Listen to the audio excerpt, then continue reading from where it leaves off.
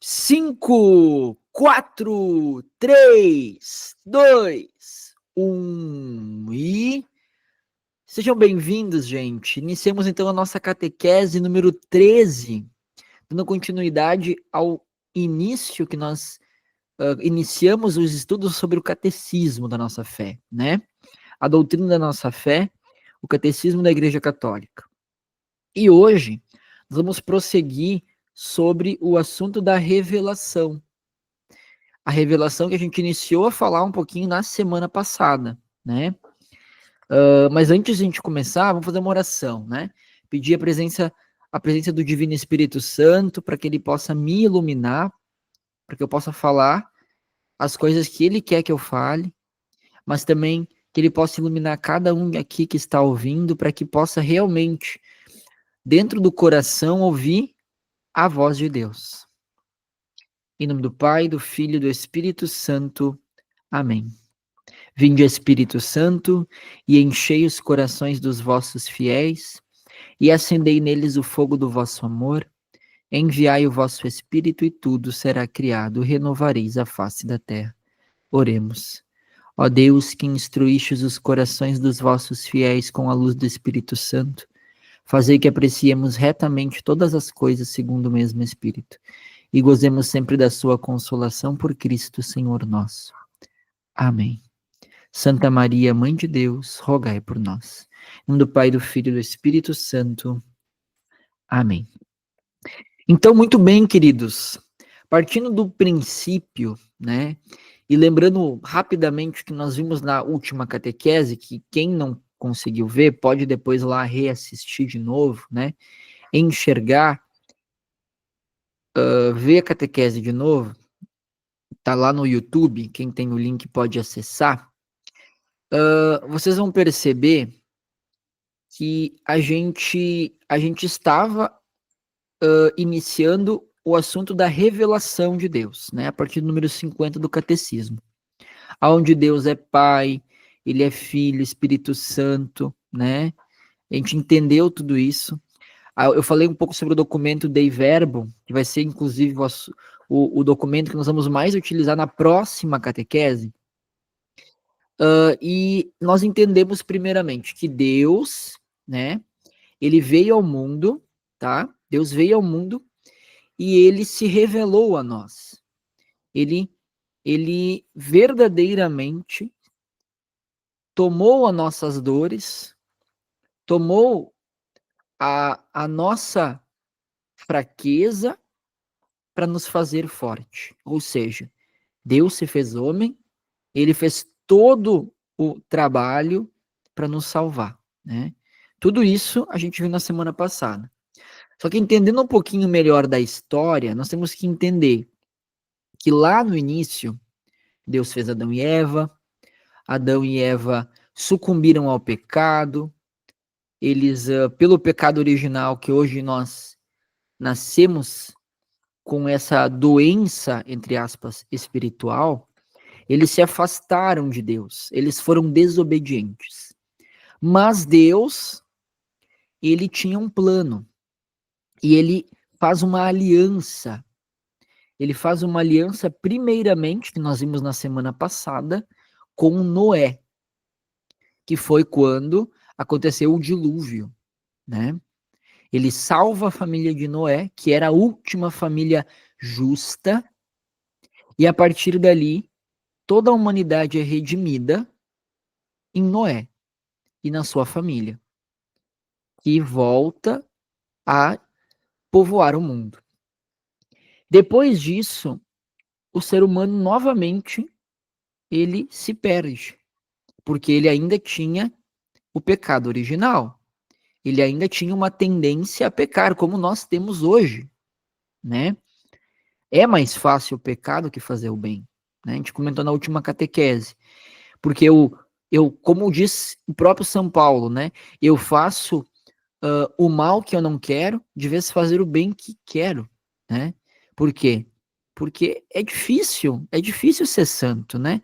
É difícil carregar a cruz, mas não quer dizer que a gente não consegue, quer dizer que nós temos uma dificuldade, e isso até então é normal, né? Então, o que acontece? Aqui, a gente tem que entender que depois que Noé, né, e a sua família povoam o mundo, junto com os animais que eles salvaram na arca, eles, o ser humano continuou, digamos assim, indo pelo caminho errado, continuou desobediente e se afastando de Deus.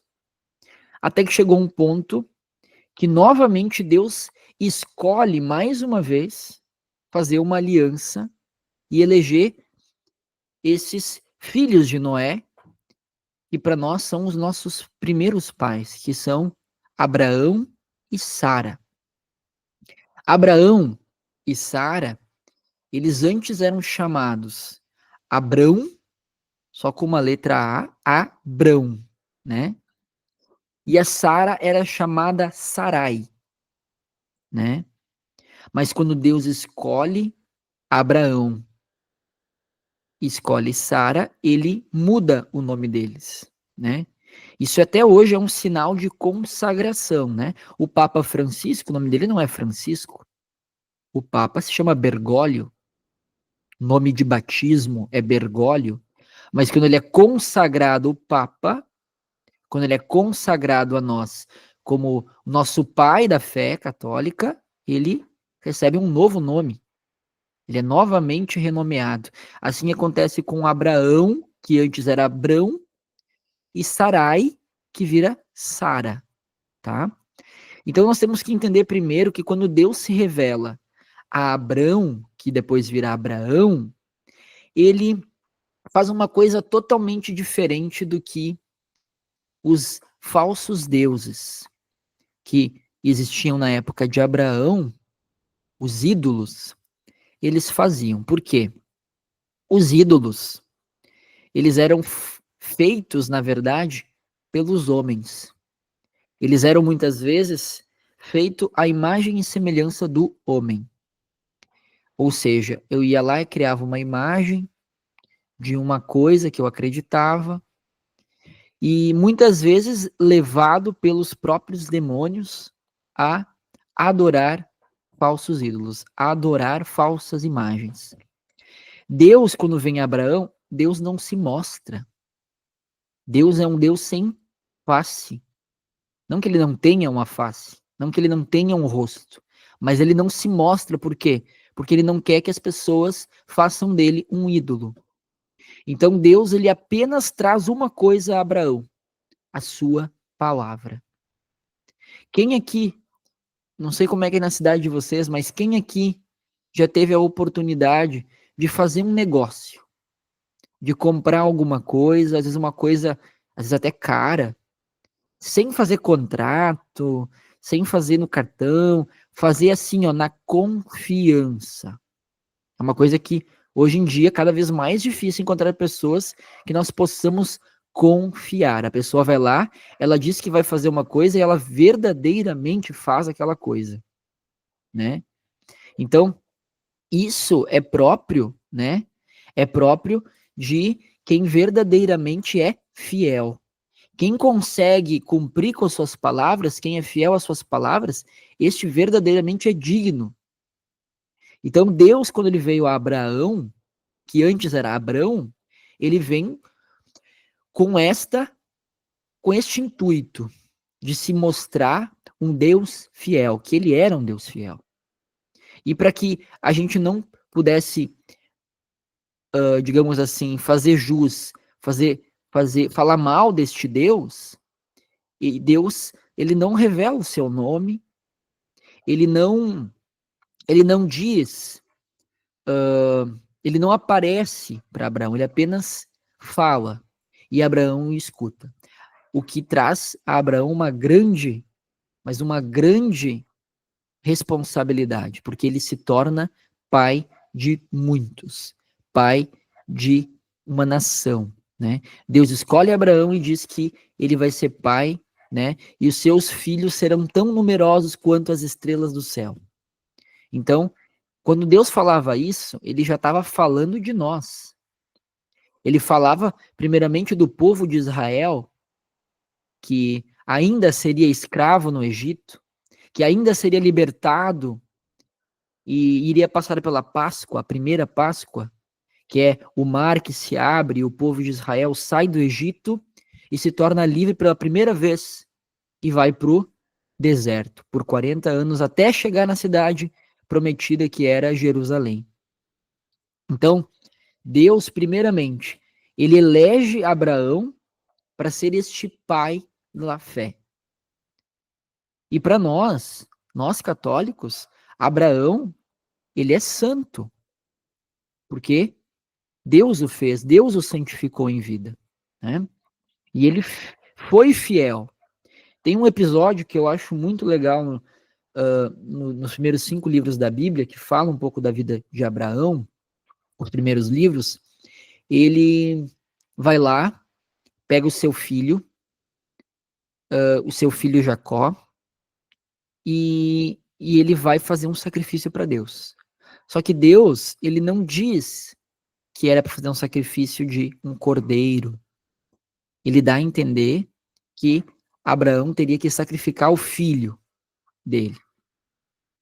E Abraão, não percebendo, acabou levando seu filho para o sacrificar. Deus, fazendo desse momento um teste, ele verdadeiramente viu que Abraão amava tanto a Deus e tinha uma certeza tão grande de ter que fazer a vontade de Deus em tudo que ele pedir, que Deus, percebendo essa obediência de Abraão, o contrário de Adão e Eva, que pecaram pela desobediência, Abraão foi obediente até o fim. Ele estava prestes a matar o próprio filho para fazer a vontade que ele achava que era a vontade de Deus. Quando Deus enviou para ele um cordeiro. Então, Abraão foi lá e fez o sacrifício de um cordeiro e não do seu filho, porque Deus, o nosso Deus, ele é um Deus de vida, ele é um Deus, não é um Deus da morte.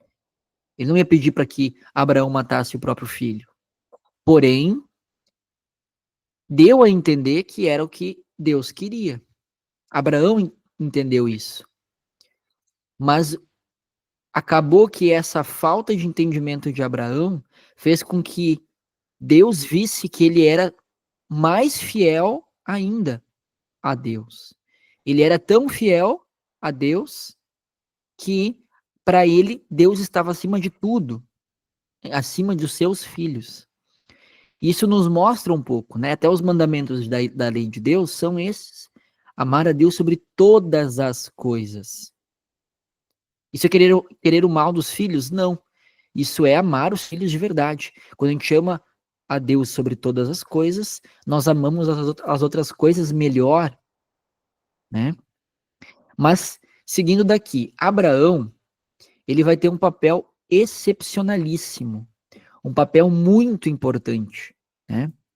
Então, quando Deus escolhe Abraão sem se apresentar, ele deixa para Abraão a semente da fé. Abraão teve que acreditar num Deus que não mostrou o seu rosto, que não mostrou sua imagem, apenas fez acontecer as suas palavras. Deus falava e acontecia, né? Só que, claro, que Deus falou algumas coisas para Abraão e as coisas não aconteceram da noite para o dia. Assim como a nossa vida também é assim. Muitas vezes nós pedimos coisas para Deus e às vezes a gente fica bravo porque Deus não fez. Por quê? Porque Deus não é um Aladim lá, um mágico da lâmpada, né? Ele não vai fazer todas as nossas vontades, até porque nós temos tantas vontades ruins às vezes. Ele vai fazer somente aquilo que for bom para a nossa salvação, né? Então, Deus, ele prometeu a Abraão que ele seria pai de uma nação tão numerosa quanto as estrelas, mas isso demorou muito para acontecer. O primeiro filho de Abraão, Jacó, que foi o primeiro filho com Sara, aconteceu depois de muito tempo. Depois de somente, tá, Abraão ter um outro filho com uma escrava. Porque Sara era uma mulher muito já velha. Ela era infértil. Então ela acabou dizendo para Abraão conhecer, que na palavra conhecer quer dizer ter relações, né? Conhecer a sua escrava. E com ela Abraão teve um filho. Depois, somente de algum tempo, Abraão consegue, junto com Sara, seu primeiro filho, Jacó.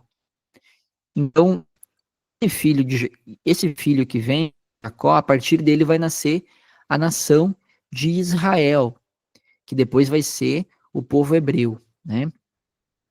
Então, a partir daqui, ali na página 59, nós temos que entender que Deus elege Abraão. Ali vai estar escrito o seguinte: para congregar a humanidade dispersa, Deus elegeu Abraão, chamando-o para fora de seu país, de sua parentela e de sua casa, para fazer dele Abrão. Ou seja, ele era Abrão antes, e ele virou Abraão.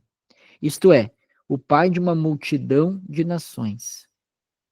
Em ti serão abençoadas todas as nações da terra. É o que Deus promete a Abraão. O povo originado de Abraão será depositário da promessa feita aos patriarcas. O povo da eleição, chamado a preparar o congraçamento, um dia de todos os filhos de Deus, na unidade da igreja. Será a raiz sobre a qual serão enxertados os pagãos tornados crentes. Então, aqui está dizendo que, através de Abraão, todos nós fomos adotados como filhos de Deus. Graças a ele, o povo aonde nasceu Jesus, que nos salvou e nos cura até hoje dos nossos pecados, aconteceu tudo isso graças a, sim, de Abraão, a fé e a responsabilidade que ele abraçou. Os patriarcas e os profetas, bem como outras personalidades do Antigo Testamento, foram e serão sempre venerados como santos em todas as tradições litúrgicas da igreja. Então, aqui está falando que os santos Moisés, né, Abraão, Jacó, Isaac, todos eles são para nós, católicos, também santos da igreja. Só que eles são santos do Antigo Testamento, da Antiga Aliança, né? Então, Deus, ele forma a partir destes grandes homens o seu povo. O seu povo que logo depois vai ser escravo no Egito, né?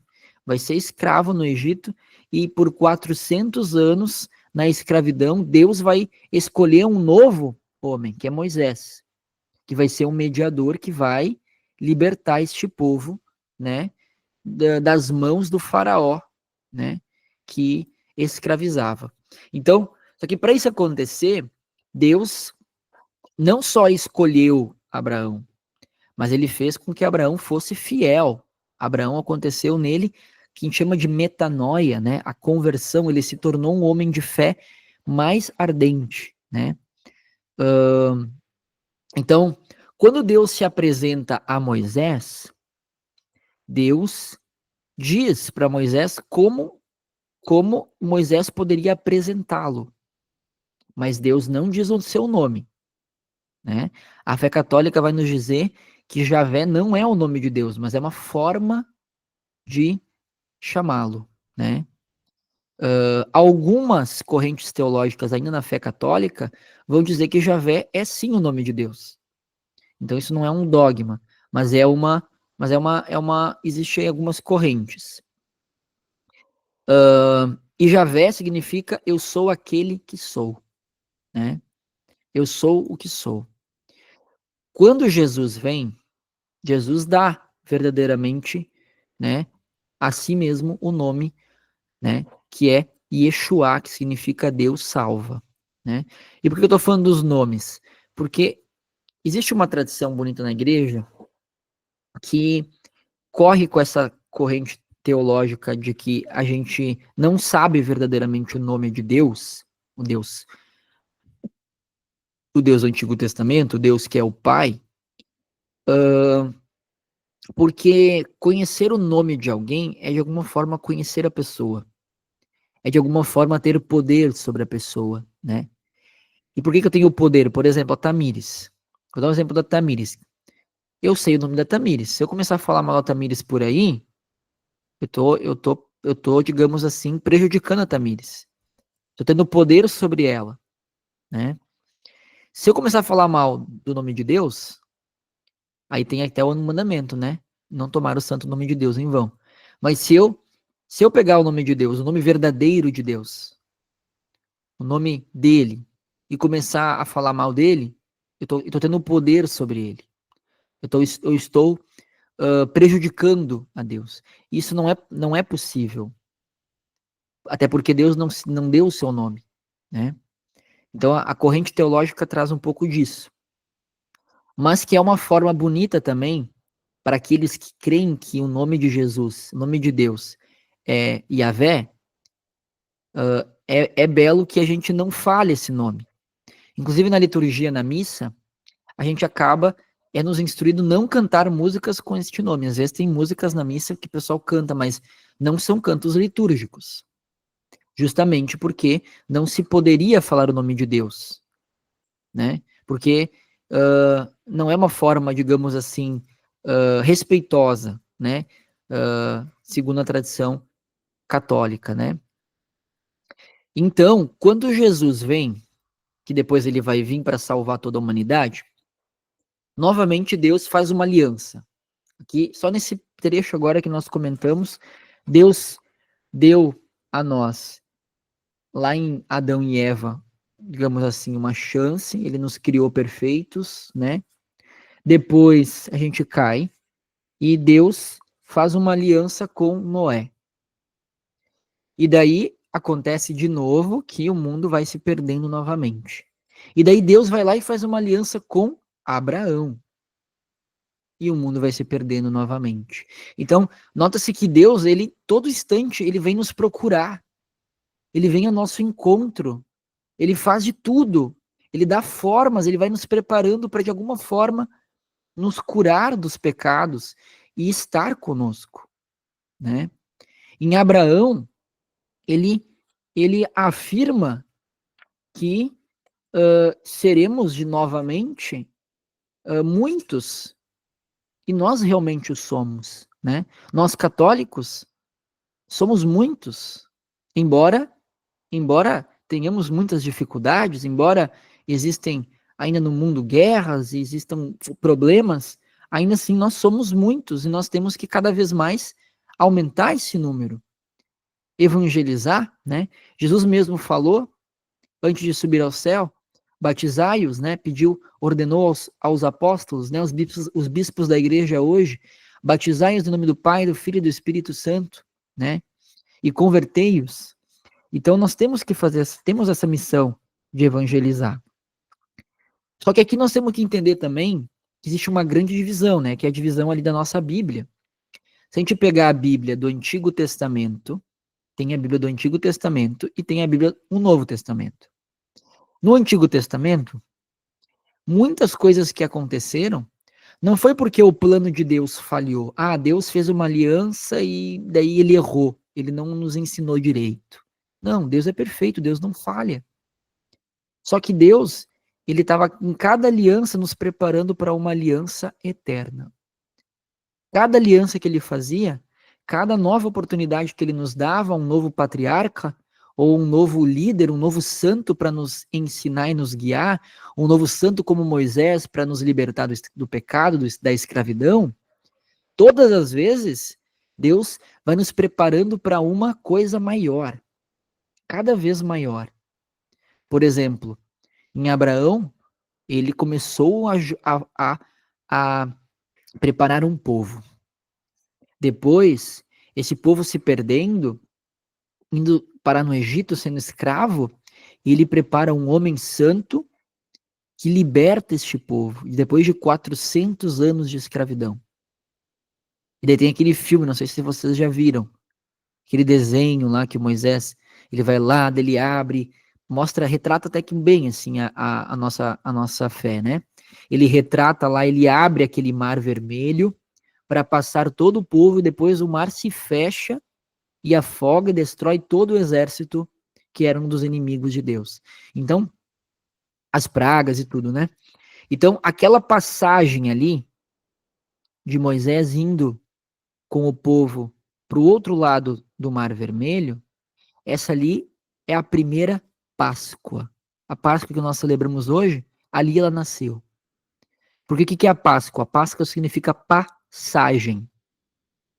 Passagem da escravidão à liberdade. Só que, diferente da Páscoa que libertou o povo hebreu lá do Egito, a Páscoa definitiva ainda ia vir na cruz com Jesus. Jesus, ele nos mostra a verdadeira Páscoa, a Páscoa eterna, na sua aliança. Quando Jesus dá a sua vida na cruz, ele nos ensina que existe a vida eterna, que nós temos que passar por esta Páscoa, esta passagem, puros, preparados para chegarmos na liberdade eterna, que é a Jerusalém celeste. Ou seja, a tradição cristã vai nos dizer que hoje nós estamos vivendo uma prefiguração dos 40 anos de deserto que o povo hebreu passou, tá? Até chegar na cidade, na terra prometida, que era Jerusalém. Jerusalém é uma cidade que ela representa o céu. Então, Deus ele foi analogicamente, pedagogicamente, nos direcionando a entender que existe um caminho para sermos verdadeiramente felizes, para sermos verdadeiramente santos. E hoje, diferente daquela época onde Deus chamava um santo, um profeta, para nos guiar, embora ele faça isso ainda hoje, através do Papa, através dos bispos da igreja, através de homens que são homens virtuosos, sacerdotes virtuosos, embora Deus faça isso através deles, ele convida todos nós para sermos santos. Todos nós somos chamados a sermos virtuosos, a sermos sinceros, a sermos amáveis, a sermos caridosos. Tudo isso são virtudes de pessoas santas. Deus nos chama hoje para abraçar a missão de Abraão, que é ser pai de muitos. E aqui não estou falando somente de ser pai fisicamente, biologicamente. Eu digo ser pai espiritual. Eu digo a gente ensinar, proclamar o evangelho, esse evangelho de amor que Cristo nos ensina. Um evangelho que cura, um evangelho que luta contra os poderes e as verdades do mal, que existe o mal de verdade. Hoje, infelizmente, nós vivemos tantas dificuldades, onde existem muitas pessoas que não acreditam mais no mal, nas lutas que existe uma batalha espiritual entre o bem e o mal. Sempre existiu. Embora Cristo já tenha vencido o demônio, Cristo já tenha saído vencedor da cruz. Ele venceu a morte, que era o seu último inimigo. Porém, nós ainda precisamos vencer as tentações deste mundo. Nós ainda precisamos caminhar para o deserto. Então, o povo hebreu, ele sai em passagem do Mar Vermelho para a liberdade. Só que antes de chegar na liberdade, ele tem um deserto de 40 anos para percorrer. O povo hebreu fica 40 anos no deserto. Esses 40 anos, a palavra 40, ela tem um significado. Nós vivemos todos os anos a quaresma. Quaresma são 40 dias e 40 noites que Jesus ficou no deserto. Significa tempo de espera, tempo de conversão, tempo de luta. Temos que viver a metanoia, temos que nos converter. Então hoje nós vivemos uma eterna quaresma. Um momento onde nós temos que lutar para chegarmos no céu. A Páscoa já aconteceu na cruz. Deus já abriu o caminho para chegarmos à salvação do céu, chegarmos à glória celeste. Mas nós temos que caminhar pelo deserto, vencer as dificuldades da vida, carregar a sua cruz. Como Cristo falou, quem põe a mão no arado e olha para trás não é digno do reino dos céus. Nós temos que ser dignos de pegar as dificuldades e não nos desanimarmos, mas sim esperançosos de um caminho eterno no céu.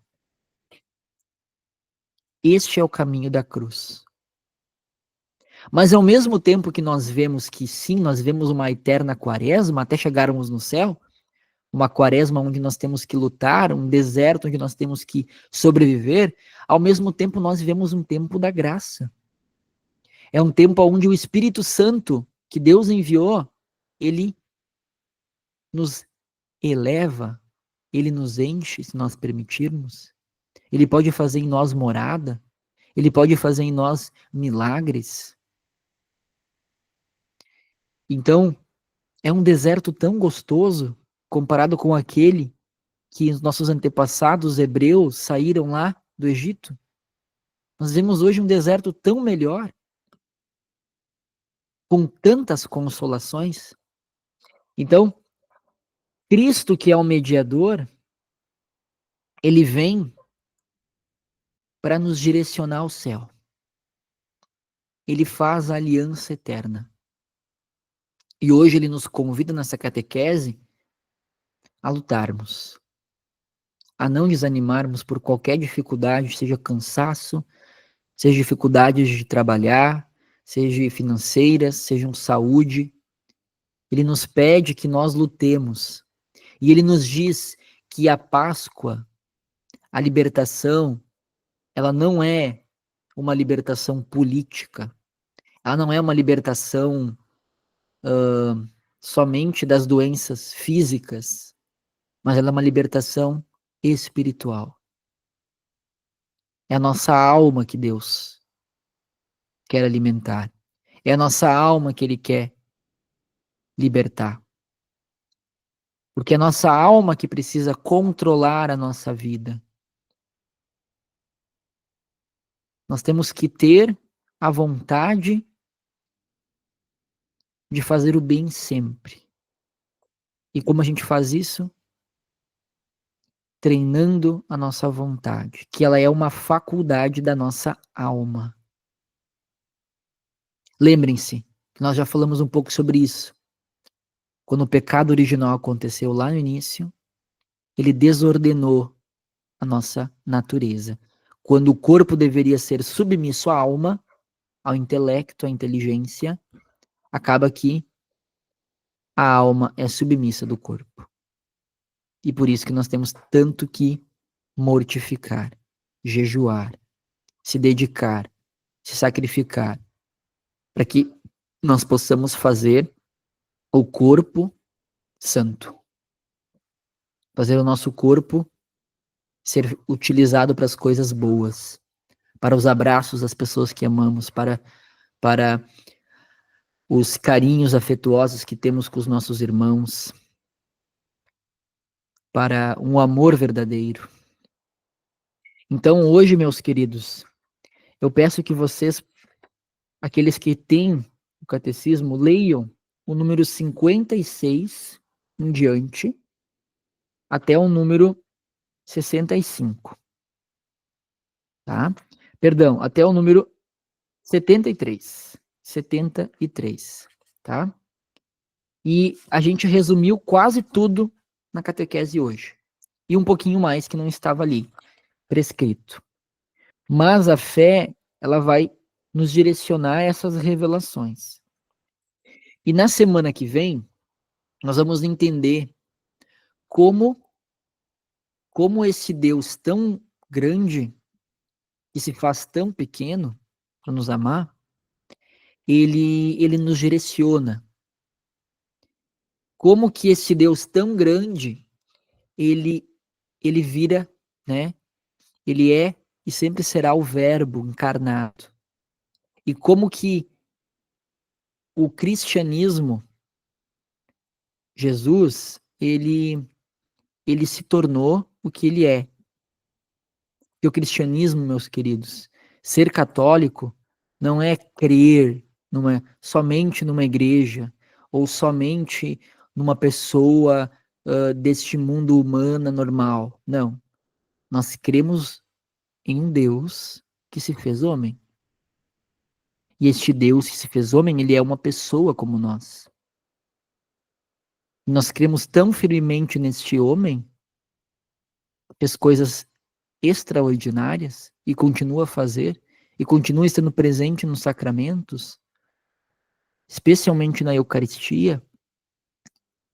Nós cremos tão firmemente nele que nós permitimos que ele viva também em nós e que ele nos transforme. Na semana que vem, nós vamos falar como isso aconteceu e como isso aconteceu, para que nós entendamos por que Jesus Cristo ele é o mediador de todas as coisas. Por que ele nos media e nos salva de tudo? E por que ele consegue fazer uma aliança eterna, que Abraão não conseguiu, e tantos outros profetas e patriarcas não conseguiram. Então, que nós possamos ir finalizando, e daí eu vou abrir para perguntas, se caso alguém quiser perguntar alguma coisa, pode levantar a mão já também, daí eu já vou abrindo o microfone, e já fico já para a gente finalizando, e estendendo para os meus queridos esse convite. Lembrando que esse nosso momento aqui, ele é nosso, mas que é importante que nós compartilhemos ele com mais pessoas, convidemos mais pessoas. Hoje nós temos mais uma moça aqui querida com a gente, seja bem-vinda novamente, uma nova integrante. Então, convidemos mais pessoas. Levemos essa missão que Cristo também nos convida a viver. O nosso batismo, ele vem com uma missão. Nós temos a missão de evangelizar, de levar o amor de Cristo aonde nós formos. Nós não podemos sair de um lugar onde nós entramos sem deixar aquele lugar melhor do que ele era antes. Nós não podemos. Nós temos essa missão. Chegar num lugar, se aquele lugar estava ótimo, a gente tem que tirar, a gente tem que sair daquele lugar melhor ainda. Nós temos que deixar aquele lugar ainda melhor. Se aquele lugar ele estava mais ou menos, nós temos que sair daquele lugar deixando todo mundo melhor ainda, top, todo mundo perto de Deus. Essa é a nossa missão. E assim nós vamos poder sempre resplandecer a face de Cristo na Terra. Essa é a nossa missão de batizados. Tá bom? Então, a gente encerra com uma oração e depois eu vou para as perguntas. Então, que Nossa Senhora possa interceder por nós, nos dar a graça de cobrir o nosso sono, nosso descanso essa noite com o seu manto protetor. Ave Maria, cheia de graça, o Senhor é convosco. Bendita sois vós entre as mulheres e bendito é o fruto do vosso ventre, Jesus. Santa Maria, Mãe de Deus, rogai por nós, pecadores, agora e na hora de nossa morte. Amém. Em nome do Pai, do Filho e do Espírito Santo. Amém. Então, queridos, perguntas, temos um tempinho agora. Quem quiser perguntar, a dona Lenilda foi a primeira a levantar a mão, ela pode fazer a pergunta dela, pode abrir o microfone e pode perguntar. Oi, Yuri, eu tô acompanhando você aqui junto com o catecismo. Eu só queria entender assim, qual a diferença do que está aqui no catecismo, no 56, para a Bíblia, na aliança com Noé. Porque assim, eu não estou vendo diferença do que está na Bíblia e o que está aqui no catecismo. É que o que acontece, querida? Primeiro, tá? O catecismo, ele não é Bíblia. Ele vai citar a Bíblia o tempo todo. Ele cita, ele pega a Bíblia em várias partes e ele explica algumas coisas, né? Ah, tá. Só que a Bíblia, ela tem tipos de livros dentro da Bíblia. Tem livros históricos, ou seja, que está escrito o que realmente aconteceu. Tem livros que a gente chama de livros sapienciais, que são livros que estão relacionados a orações, por exemplo, os Salmos, né? Então, tem tipos de livro na Bíblia. A Bíblia não é um livro, ela é um conjunto de livros, ela é uma biblioteca. É da palavra Bíblia que nasceu a palavra biblioteca. A Bíblia tem vários livros, e esses livros, cada um deles foi escrito com um intuito diferente. Por isso que é tão difícil, gente, a gente estudar a Bíblia às vezes. Porque a gente quer ler a Bíblia sem entender qual que é o sentido. Aquele livro foi histórico, o que ele é aquele livro, né? Eu sei que os primeiros 5 livros da Bíblia, pra vocês entenderem, eles são livros históricos. Explica exatamente o que aconteceu desde Gênesis lá, criação de Adão, criação do homem e da mulher, né, até terminar lá o povo já chegando em Jerusalém, tá? Lá em Deuteronômio, quando dá as leis, enfim. Para vocês entenderem isso, né? Então, o catecismo, ele não necessariamente vai falar só da Bíblia, ele vai utilizar a Bíblia para nos explicar muita coisa, porque na Bíblia tem coisas históricas para nos explicar, só que no catecismo vai estar explicada a nossa doutrina, que é o que nós cremos sobre o que está na Bíblia. Ele vai complementar, ele vai ajudar a gente a entender melhor a Bíblia. Ah, tá. Agora entendi. Então, o catecismo, então, ele vai ajudar, vai explicar o que a gente não entendeu na Bíblia, é isso? Exatamente, vai nos ajudar a entender da forma certa. Tá? Entendi. Porque pensem comigo, tá, queridos? Se nós pegar um livro de qualquer pessoa aí, vamos pegar um livro aí do mundo hoje, pode ser até um bom livro. Eu posso interpretar como eu quero, né? Uhum. Se eu interpretar como eu quero, pode ser que eu não interprete do jeito que o autor que criou o livro gostaria que eu interpretasse. Então, para que isso não aconteça, para que nós tenhamos a nossa fé reta, como Deus quis desde o início, ele cria algumas formas da gente encontrar a verdade. Então, ele, ao mesmo tempo que tem a sua palavra na Bíblia, ao mesmo tempo tem a explicação dos primeiros apóstolos da igreja, que é a nossa fé escrita aqui, ó, no catecismo. São os primeiros apóstolos que ajudaram no início a escrever, e depois os apóstolos dos apóstolos, até chegar nos bispos que nós temos hoje. E tem ainda a tradição da igreja, que é a tradição oral, que são as coisas que eram passadas através dos conhecimentos falados, né, das experiências vividas, a tradição oral, ela ainda existiu antes da Bíblia e antes do catecismo. Primeiro vem a tradição, depois vai vir, né, a doutrina da igreja e a Bíblia, né? Então, essa é a sequência, esses três tripés, né? A doutrina lá no alto, a tradição e aqui embaixo a Sagrada Escritura. Essas três coisas juntas, elas vão sempre nos direcionar à verdade. Tá bom? Ajudou? Ajudou e muito, agora eu estou entendendo. Agora, outra pergunta, Yuri, queria que você explicasse, porque hoje, assim, eu sou da Legião de Maria. Uhum. Hoje teve nossa reunião, aí teve uma pergunta que eu não soube responder. As minhas perguntas assim, por que a gente sofre tanto? Porque tem tanta gente que sofre, por que Deus permite o sofrimento de pessoas boas, de pessoas que caminham e sofrem tanto, e pessoas que não estão nem aí não sofrem? Bom, primeiro que eu vou dizer para vocês, uma pessoa boa, ela vai sofrer muito. Eu acho que todas as pessoas boas sofrem. Por quê? Porque não é possível a gente amar sem sofrer. Não é possível amar sem sofrer. Eu penso assim. Eu vejo que o amor e o sofrimento estão ligados. Por exemplo, eu amo a minha esposa. No dia que minha esposa falecer, eu vou sofrer muito. Vou chorar, vou ficar com saudade. Vai ser muito, muito dolorido, né? O padre Fabrício, que nos deixou há pouco tempo. Por que foi tão doloroso, todos nós? Porque nós amávamos o padre Fabrício. Porque ele era uma pessoa muito boa. Então, e assim outras pessoas. A família de vocês, quando vocês perderem alguém importante que vocês amam, vocês vão sofrer.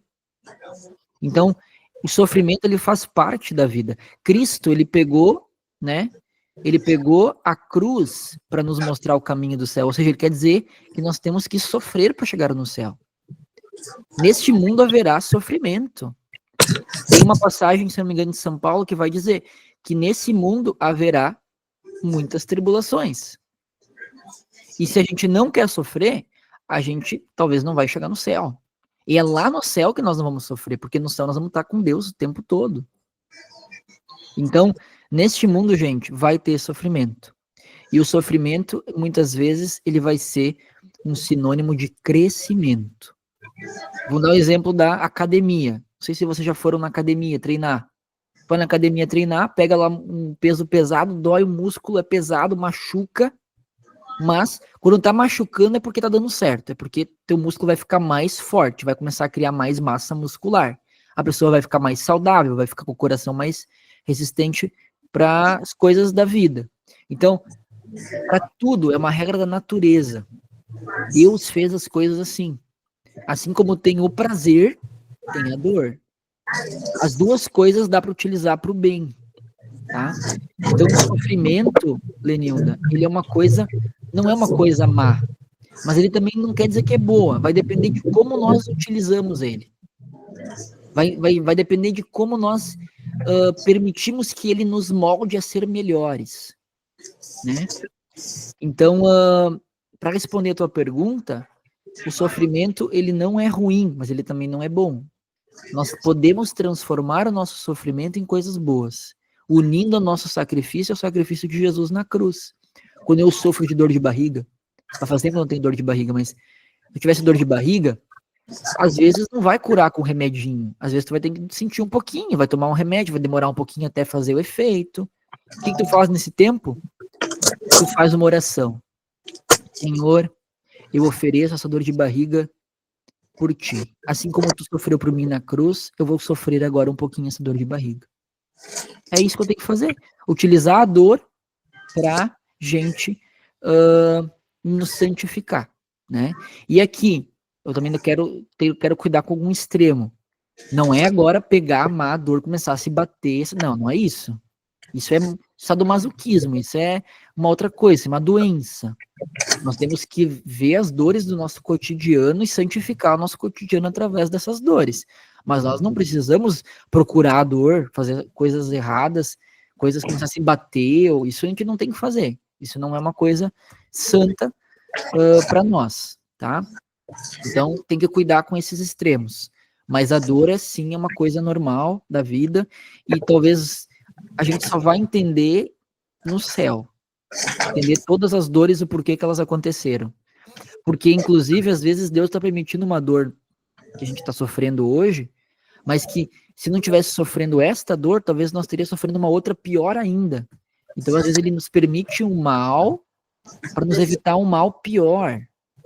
Então, tem várias coisas aí por trás que a gente vai entender mesmo mais lá no céu.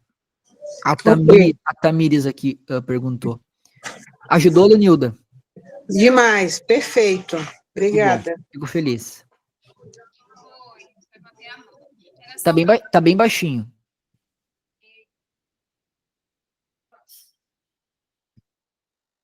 Vamos ver agora. Oi. Dá para ouvir também, dá para ouvir. Acho que é porque tá longe do... Onde é que tá o microfone? Tá dando para ouvir? Uhum. Só complementando aí a pergunta da colega, né, sobre o sofrimento. Geralmente as pessoas perguntam sobre isso e logo colocam como exemplo crianças, por exemplo, né? Por que, por exemplo, uma criança sofre, Deus permite que uma criança sofre, a gente vê tantas crianças doentes, né? Aí um dia desses eu estava assistindo uma live do Frei Gilson e aí tocaram nesse assunto, né? Eu lembrei, vou compartilhar com vocês. Aí lá ele falou assim que essa pessoa que estava entrevistando ele, né, poderia chamar qualquer religioso, até o Papa, né, para entrevistar, fazer essa pergunta, mas tem coisas que a gente não pode, responder, que a gente não tem conhecimento, né, tem coisas que só Deus, né, sabe. E aí nessa vida a gente não vai ser capaz de responder, porque quando a gente coloca o sofrimento para uma pessoa adulta, né, que já é uma pessoa que já viveu muito, é pecador, né, são provações, é a cruz daquela pessoa, né, tem pessoas, por exemplo, aquele padre, o Marlon Múcio, né, quem acompanha ele, viu tanto que ele sofre, né, uma pessoa tão boa, que faz tanta, evangeliza, e aí a gente fica pensando nisso. Mas aí quando a gente coloca a situação de uma criança que é inocente, né, a gente, mas por quê? Qual é o objetivo disso, né? Se a gente for pensar nisso, né, a gente vai acabar questionando Deus. E aí é onde a gente tem que entrar com a fé, né, e confiar mesmo que Deus sabe de tudo e tudo é da vontade dele, né? É isso aí. Só muito bem. é uma questão também de humildade, né? Tem coisas que nós não vamos entender totalmente, embora, como, né, ela comentou, a gente consegue algumas coisas ainda ver e cientificar, mas tem coisas que, infelizmente, a gente não vai ter resposta, né? E o que nos cabe é, às vezes, ficar triste com essas situações, e é normal também é humano, né? Maria do Carmo, fala para nós aí, o que tu queres falar? O que tu queres perguntar? Oi, Yuri, não era bem perguntar, era só comentar em cima da pergunta da colega, né? Da Lenilda. Pode falar. Porque, assim, é tão bom, né? E veio para o mundo e sofreu tanto. Verdade. Aí ela diz, por que que alguém bom tem que sofrer? Jesus já deixou o exemplo, né? A gente precisa sofrer com mansidão, né? Como Jesus sofreu. Da outra face, né? E para ter glória, né? Precisa-se ter sofrimento. Ninguém chega na glória sem sofrimento, não é isso? É como você deu o exemplo da academia. Eu sei, né? Eu tô penando com o negócio das fisioterapias. Mas é isso aí mesmo. Toda dolorida aqui por causa da fisioterapia, né? Nem querendo ser bonita, né? É ter uma qualidade de vida. Então é isso aí, né? Como você já colocou, né? Como a Tamires também colocou. E para se ter glória, precisa ter sofrimento, né? E sabe que eu tenho que trazer agora que tu falou isso, Maria, dá para trazer uma perspectiva também, né? A gente tem que cuidar para a gente não ser católico materialista. O que significa católico materialista? É o católico que só olha as consequências deste mundo. Ou seja, a pessoa sofreu aqui, ela perdeu um carro, aqui no sul aconteceu as enchentes, um monte de gente perdeu tudo. Ok, materialista. As coisas materiais dá para recuperar. É difícil, é trabalhoso, é triste, a gente se coloca no lugar das pessoas. Aqui no sul a gente viu um movimento muito grande das pessoas se ajudando, o que motiva mais ainda a gente para continuar. A gente vê muitas pessoas boas ajudando umas às outras. Então, assim, a gente não pode se apegar somente a essa parte materialista. Nós temos que enxergar o que está mais à frente. O que tem mais à frente, que nós estávamos falando até há pouco, né? Que é o céu. Depois tem um outro lugar para nós habitarmos com Deus. É verdade. Né? Então, e como a Maria falou, não há glória sem sofrimento. Não há glória sem sofrimento. Jesus carregou a cruz, ele não carregou alguma coisa prazerosa e, né? Ele não foi aplaudido sendo crucificado, né? Embora tinham os romanos lá batendo palma, usando na cara dele, né?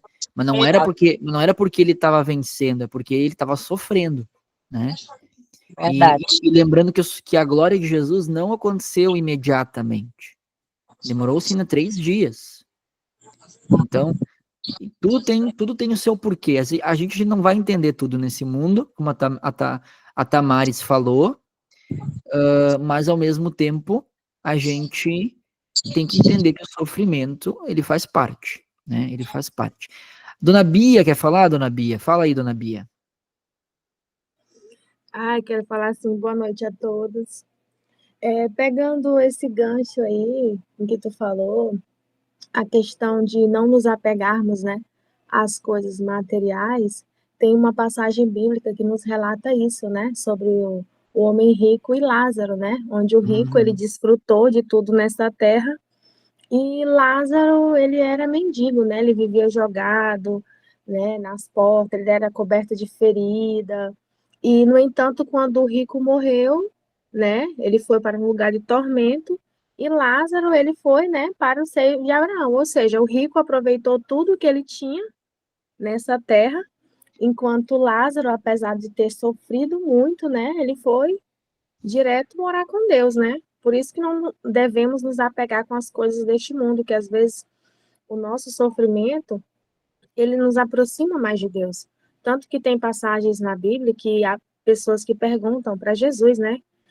Quem pecou, né? Acho que, se eu não me engano, não sei se era do cego. Quem pecou no passado para que ele tivesse problema no futuro, né? Tipo isso, né? E aquele que também que tem um filho que doente, que aí as pessoas perguntam para Jesus, né, quem pecou, ele ou os pais, né? E Jesus fala que nenhum pecou, que aquilo estava acontecendo para que o nome dele fosse glorificado. É isso aí. Então, não cabe a nós, né, igual a Tamares falou, querer questionar. Cabe a nós ter fé e acreditar, né? Que É isso Deus, aí. ele tudo pode, que tudo que acontece na nossa vida é conforme a vontade dele. Querendo ou não, é a vontade dele, e não cabe a nós questionar, né? É isso aí. Coisas igual a morte, né, do padre, meu irmão. A princípio, quando eu recebi a notícia, foi um baque, mas ao mesmo tempo, Deus falou no meu coração. É a minha vontade que prevalece. Então, as pessoas só têm que orar, porque acostumar com a morte ninguém vai. Até porque não nascemos para morrer, né? A morte só veio até nós devido ao pecado. Isso aí. Então, o ser humano ele nunca vai se acostumar com a morte. Porém, é algo, a partir do pecado, se tornou algo natural da vida, né? Que cabe a nós orar, rezar, pedir para Deus, para nos dar consolo, nos dar sabedoria, entendimento. Amém. Perfeito, gente, a opinião de vocês. Gostei, viu? Vou passar isso para a minha equipe. Passarmos pela morte para chegarmos na glória, né? É isso aí, Bia, perfeito. Até tem a passagem que Jesus fala, né, que nenhum rico, é difícil o rico passar pelo, né, ir para o céu, né? Ele fala que é mais fácil um camelo passar pelo buraco de uma agulha que um rico ir para o céu. Ele tá dizendo que a pessoa rica vai para o inferno? Não, né, gente? Vamos cuidar com isso também. Tem pessoas que têm muito dinheiro, materialmente falando, mas que têm um coração pobre, ou seja, elas não são apegadas ao dinheiro. Elas usam dinheiro para o bem, né? Tem gente assim, mas é mais difícil. Se a gente tem muito, a gente tende a amar aquelas coisas, a gente tende a se apegar. A gente é humano, né? Mas é isso aí, não podemos ser materialistas. Inclusive, o que a Bia falou tem muito a ver com a questão do Abraão. Você lembra que eu falei lá no início? Abraão foi lá, Deus falou, pega o teu filho e vai fazer o sacrifício. Abraão não questionou Deus, por quê? Por que eu tenho que fazer isso com meu filho? Por que eu tenho que levar ele? Eu tenho que matar ele? Eu tenho que... Como é que... Ele não questionou, ele foi lá e foi fazer, né? Aconteceu uma desgraça na nossa vida, aconteceu uma dificuldade, um momento de dor, a gente tem que ficar questionando Deus, a gente tem que viver aquele momento, embora seja difícil. Abraão pegou seu filho e foi. Chegou lá, se deparou com a misericórdia de Deus, aonde Deus não queria que ele sacrificasse o filho, queria que ele sacrificasse um cordeiro, mas que Deus aproveitou aquele momento para ver a fidelidade e a obediência que Abraão tinha. Então, às vezes Deus vai nos permitir ir para um caminho que parece que vai ser torturoso, e às vezes apenas a nossa oportunidade de mostrar o quanto nós o amamos, né? O quanto nós somos fiéis e esperamos nele. Então, a gente finaliza aqui, então, hoje, pessoal. Agradeço muito, muito a presença de todos. É sempre uma grande alegria acolhê-los aqui na minha humilde residência. E eu espero que, com a graça de Deus, nós possamos continuar nos encontrando mais. E não esqueçam, convidem mais pessoas para estar aqui no nosso grupo, para participarem com a gente, para que nós possamos continuar compartilhando, né, os nossos conhecimentos e principalmente amadurecendo nossa fé, tá bom? Hoje foi bom que todo mundo interagiu, viu, o Yuri? Tá vendo? Sim, no final é bom quando as pessoas perguntam, tem que perguntar, tem que participar. No final a gente tem esse momento para isso, tá? Eu vou encerrar a gravação aqui, se alguém quiser ainda falar depois da gravação, daí pode falar, tá bom? Então tá, gente, encerramos então. Até mais. Tchau, tchau. Tchau. Beijo, Deus abençoe a todos. Tchau. Tchau.